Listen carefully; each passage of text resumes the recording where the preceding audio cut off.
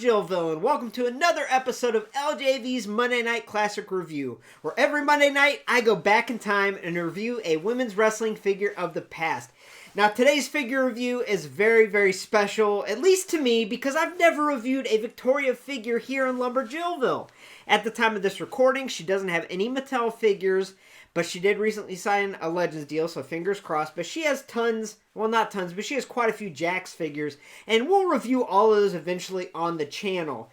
So today, we're looking at Ruthless Aggression Series 28, Victoria, made by JAKKS. Now, what's really, really cool, and the main reason why I wanted to review this today, MOC, is because the Ruthless Aggression line is a line that really got me into collecting wrestling figures. So I played with wrestling figures growing up, and then there was a time where I stopped, and then there was a time where I started collecting and keeping them MOC or opening them up and displaying them, and it was right at the time of the Ruthless Aggression figures coming out. And I remember going on, what was it, the WF Figs, I think, message board, and looking at upcoming series of Ruthless Aggression figures, and it just really is a sentimental time in my life. So the fact that we have a Ruthless Aggression Victoria figure with us today is really exciting to me. So I'm excited to take a close look at this package, open it up, and look at Victoria. But before we do that, let's send it on over to the secretary and town historian, Secretary Stase. Welcome to my Figure Facts, where I share interesting details on the figure at hand and the superstar themselves. Here are some neat tidbits on JAKKS Ruthless Aggression Series 28 Victoria, released in 2007. Victoria shares the same birthday as Mayor Aaron. She recently signed a Legends deal, which opens the door for a possible Mattel figure.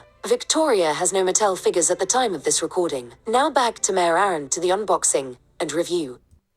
Thank you, Secretary Stase. I did not realize that I shared the same birthday as Victoria, but this is just meant to be.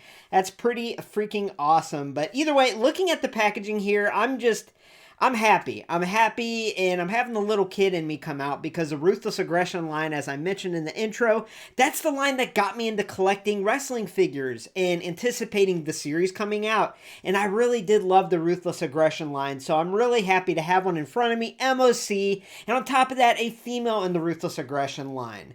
Now, the figure, as you can see, it does have the wonky proportions that JAKKS did more often than not on their women's figures, but we'll wait to look at that until we open it up. But just looking at the package here, I love it. We got the Ruthless Aggression name on top, the series right underneath that. We have her name on the side, the old WWE scratch logo, her name. We have Victoria on the backing of the cardboard there. We have probably the most JAKKS thing ever, which is a bent lead pipe. JAKKS was known to include random accessories with their wrestling figures, especially during the Ruthless Aggression time. So that is so funny and so fitting that Victoria comes with a pipe. It looks like a silver Cheeto, in all honesty. And then we have a nice open bubble of the figure. Now, yes, the figure does not look the best, but we will wait till we open it up, everybody. I'm going to be positive. I'm going to be positive, or at least try to be, because it does look pretty cool. The attire, the color tones, it looks neat. Now, it's important to note that she does do a lot of signings, and this nice big open window would look excellent with her signature on it, so keep that in mind. Now, flipping the package around, this is like my favorite part here, looking at the Ruthless Aggression figure. So, Ruthless Aggression Series 28. We got Mr. McMahon. Okay, we're going to move past that. We got the Miz. Look at the Miz. Look at the baby Miz. We got Tori Wilson. Okay, that's an interesting Tori. I don't remember coming across that on eBay when I was looking at some figures. We have Ray Mysterio. We have Victoria, obviously. We have Kenny Dykstra, who used to be in the Spirit Squad. And we have Super Crazy. I actually want that Super Crazy. I didn't know he was in the Ruthless Aggression line. I like Super Crazy. I want that Super Crazy. Moving on down here, okay, we have the ECW line. Now, we have the Kelly, which I did review in the Kelly figure history video. There's the Ariel, which I actually did review. It might have been my very first Jilloween in LumberJillville. I reviewed that. We got B. Mahoney, Balls Mahoney we can call him, Bobby Lashley, Joey Styles, Elijah Burke, and Mike Knox. So yeah, this was when the WWE ECW brand was alive and well. But yeah, I love looking back and seeing the figures of the past. Now that being said, let's pull this figure off the bubble. Let's see if it just falls off. Like, yep, it pretty much does. I mean, the glue does not last very long, but as you can see, we got the backing there. And here's the figure. So let's take it out. JAKKS WWE Ruthless Aggression Series 28 Victoria, released in 2007. This attire is from the January 15th, 2007 episode of Raw. On this night, Mickie James would defeat Victoria to retain the WWE Women's Championship.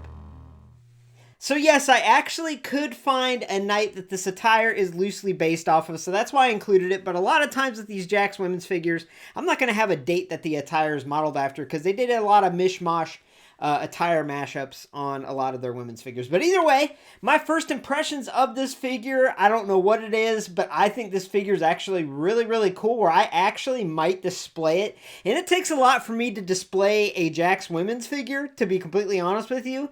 But this one's cool. Is it perfect? No. Does it look a little weird? Yes. And we'll take an up-close look here in a minute. But just taking it out of the package and looking at it here, giving my first impressions, I think it's a lot of fun. I think it's cool. Now, real quick, let's cover that silver Cheeto that she comes with. The bent metal pipe. It looks like a silver Cheeto in my opinion. So there's that. She can't hold it. So anyway, let's get that out of there. Now, let's take a close look at that face sculpt in face application and hair. Alright, so moving on to the face and the hair. Now, obviously, this is before the face scan technology, so you get what you get. Sometimes good, sometimes bad. This one is not the best likeness to Victoria. I think it looks a little better in person, but to be honest, when I first saw images of this figure when I ordered it, I thought, woof, that might be the worst face of all time. So at least I don't think it's the worst face of all time. I just don't think it's very good. But for the time period, at least they put some effort here into the hair sculpt and the makeup application on her face. So yeah, as you can see, doesn't really resemble Victoria. It's not absolutely terrible, and I think they did make some better figures, JAKKS that is, made some better figures of Victoria that look more like her. But I think what stands out here is the hair. If you look at the hair sculpt, it is absolutely intricately sculpted with waves and curls, and on top of that, it's kind of hard to see on the camera, but it has a black undercolor with red highlights going all throughout. So there we go. I think you can kind of see it there. So I absolutely love that. I love that they went that extra mile to give the hair some detail, because that's something that Mattel has been doing a lot better as of late, but even Mattel for the longest time would just have one color tone used for the hair on the women's figures, and that's such a miss. So here we do have a couple different colors. Now it's important to note that a lot of these JAKKS women's figures, like this came right out of the package, and the hair is a little sticky. It is what you call a cat hair magnet. I will say that. So keep that in mind, that this rubber that they use for the hair doesn't exactly hold up over time, but I think this is about as good a condition as I can get it in. As far as the body sculpt goes, I wish I had more thumbs so I can give this sculpt 4 thumbs down. This is terrible. This is super weird. Now, they used the same type form factor body sculpt for a lot of the women's figures at the time. Even Beth Phoenix, who's very muscular, has a great physique, and they gave her this small tapered torso, and it's bizarre. And Victoria was a fitness model before she came to the WWE, so she definitely had a great muscular physique.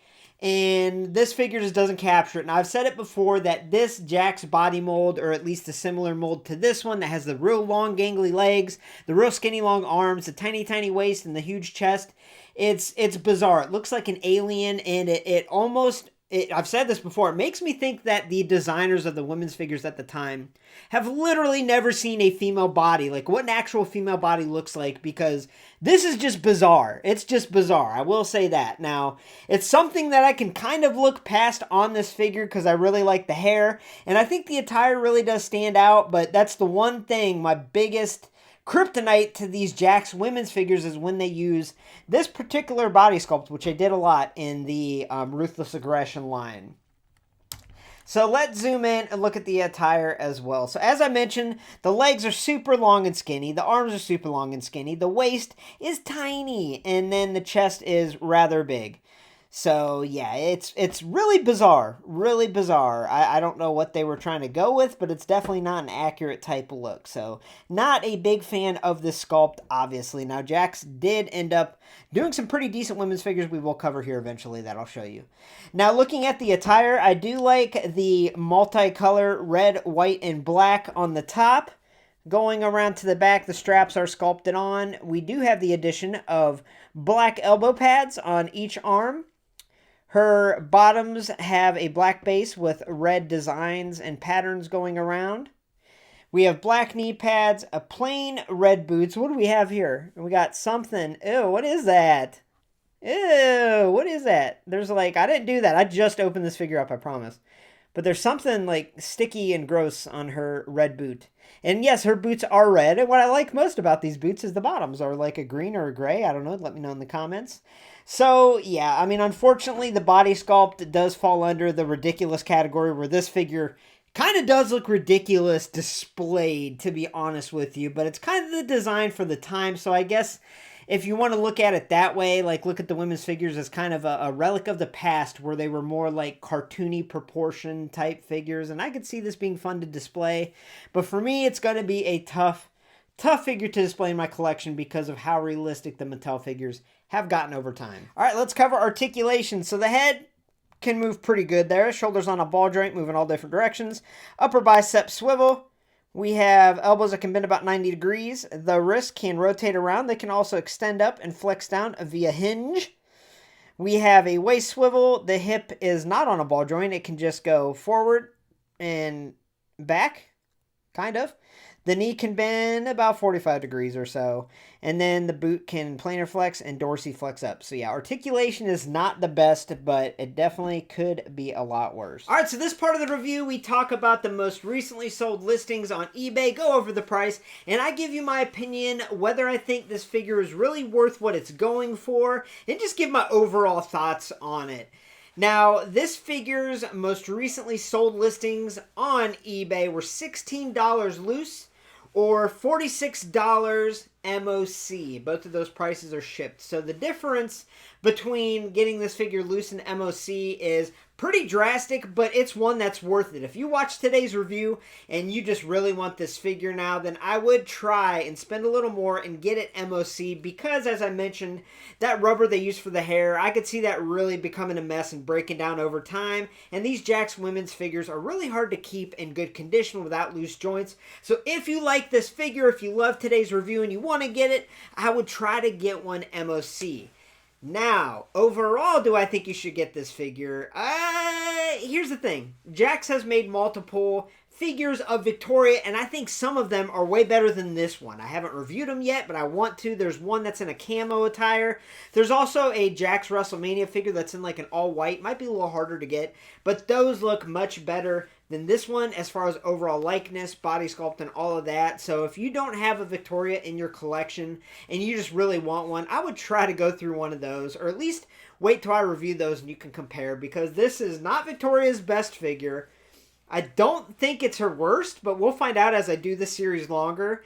But yeah, it's one of those figures I definitely think if you're a figure collector, if you're a women's wrestling figure collector, you can pass on it. But if you really want to add a Victoria to your collection, I would look at those other ones that I mentioned. Thanks for stopping by LumberJillville and for watching another episode of LJV's Monday Night Classic Review, where every Monday night I go back in time and review a women's wrestling figure of the past. Now, I've had a lot of fun this week and last week reviewing some JAKKS women's figures. I have plenty more that I could review, but I also have plenty of Mattel women's figures to review. So there's going to be a lot of fun, different women's wrestling figures that I'm going to review in this series that would never get a chance to get a full-length review in LumberJillville or probably on any other channel. So let me know in the comments if you have any requests, what figures you want to see me review in this series.